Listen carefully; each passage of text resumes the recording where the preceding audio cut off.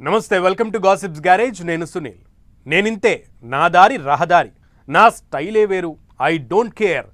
ఇది హస్తం పార్టీలో ఉన్న ఓ ఎమ్మెల్యే దుందుడుకు వ్యవహారం. ఆయన తీరుపై సొంత పార్టీలోనే హాట్గా చర్చ జరుగుతుందట.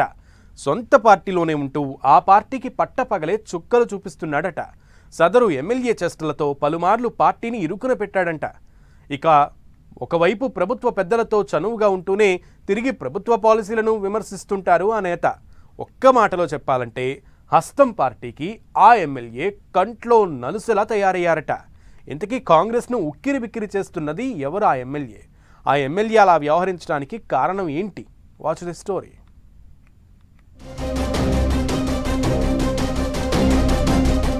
తెలంగాణ కాంగ్రెస్ లో Khairatabad MLA Danam Nagender hot of the topic గా మారారు.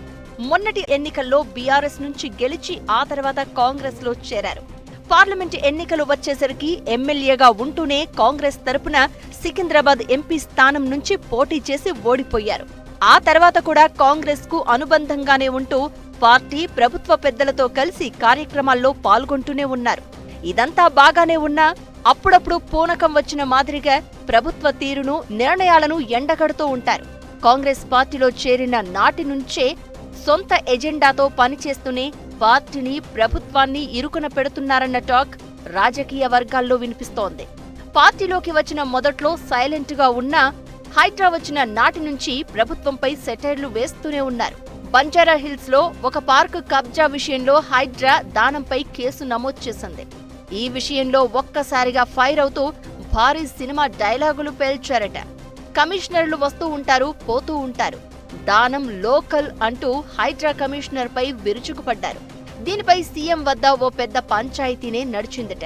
సీఎం రేవంత్ హైడ్రా వైపే మొగ్గు చూపడంతో దానం సైలెంట్ అయ్యారట.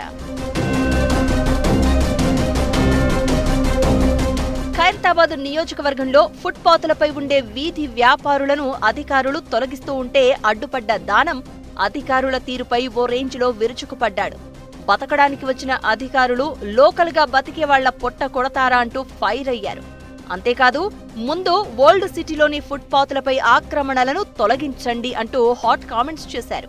ఇక మొన్నటికి మొన్న కంచ గచ్చిబౌలి భూముల విషయంలో ఐఏఎస్ స్మితా సబర్వాల్ చేసిన వ్యాఖ్యలకు దానం బహిరంగ మద్దతు ఇచ్చారు. అంతేకాక కేసీఆర్ సభ సక్సెస్ అవుతుందంటూ చేసిన కామెంట్స్ హస్తం పార్టీలో తీవ్ర చర్చనీయాంశంగా మారాయి. ప్రభుత్వ కార్యక్రమాల్లో సీఎం, మంత్రులతో పాటు అటెండ్ అవుతూ మరోవైపు పార్టీని, ప్రభుత్వాన్ని ఇరుకున పెట్టేలా దానం మాట్లాడుతూ ఉండడం ఇటు ప్రభుత్వాన్ని ఇరకాటంలోకి నెట్టినట్లే అన్న కామెంట్స్ పార్టీ వర్గాల్లో వినిపిస్తున్నాయట. అసలు దానం ఎందుకిలా కన్ఫ్యూజన్ చేస్తున్నారు అనేది తల పండిన కాంగ్రెస్ నేతలకు కూడా అంతు చిక్కడం లేదట. పార్టీ మారిన ఎమ్మెల్యేలపై సుప్రీంకోర్టులో కేసు నడుస్తోంది. అయితే అందులో కొందరు బీఆర్ఎస్ లోనే ఉన్నామంటూ కోర్టులో అఫిడవిట్ దాఖలు చేస్తే మరికొందరు మాత్రం సైలెంట్ గా ఉన్నారు. కానీ ఒక దానం నాగేందర్ మాత్రమే ఇరుకున పడుతున్నారు.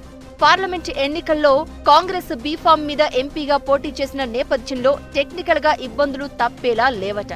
ఒకవేళ ఉప ఎన్నికలు వస్తే పరిస్థితి ఏంటంటూ దానం ఆలోచనలో పడ్డారట. అందుకే ఆయన డిఫెన్స్ గేమ్ ఆడుతున్నారన్న టాక్ నడుస్తోంది.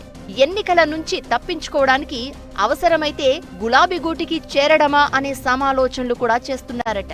అయితే సొంత పార్టీలో ఉంటూ ప్రభుత్వ వ్యతిరేక ప్రకటనలు చేస్తున్నా దానంపై ఎటువంటి చర్యలు తీసుకోకపోవడం పార్టీలో చర్చకు దారితీస్తోంది. దానం మన పార్టీ వారే అని క్లెయిమ్ చేస్తే ప్రతిపక్షానికి ఆయుధంగా మారే ప్రమాదం ఉందని, అలాగని సైలెంట్ గా ఉంటే పార్టీకి మరింత నష్టమని హస్తం నేతలు భావిస్తున్నారట.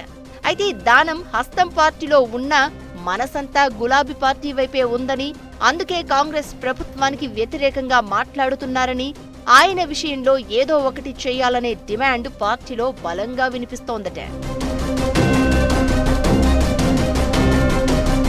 మొత్తం మీద దానం నాగేందర్ అంశం కాంగ్రెస్ పార్టీకి కొరకరాని కోయగా తయారైందట. చర్యలు తీసుకుందామంటే సొంత పార్టీ నేత కాదు, సైలెంట్ గా ఉందామంటే పార్టీకి మరింత నష్టం. దీంతో డబుల్ టోన్ గా మారిన దానం విషయంలో అసలేం చేయాలో అర్థం కాక తల పట్టుకుంటున్నారట నేతలు. అయితే దానం విషయంలో కాంగ్రెస్ పార్టీ ఎలాంటి అడుగులు వేస్తుందనేది రాబోయే రోజుల్లో స్పష్టత రానుందనే టాక్ వినిపిస్తోంది.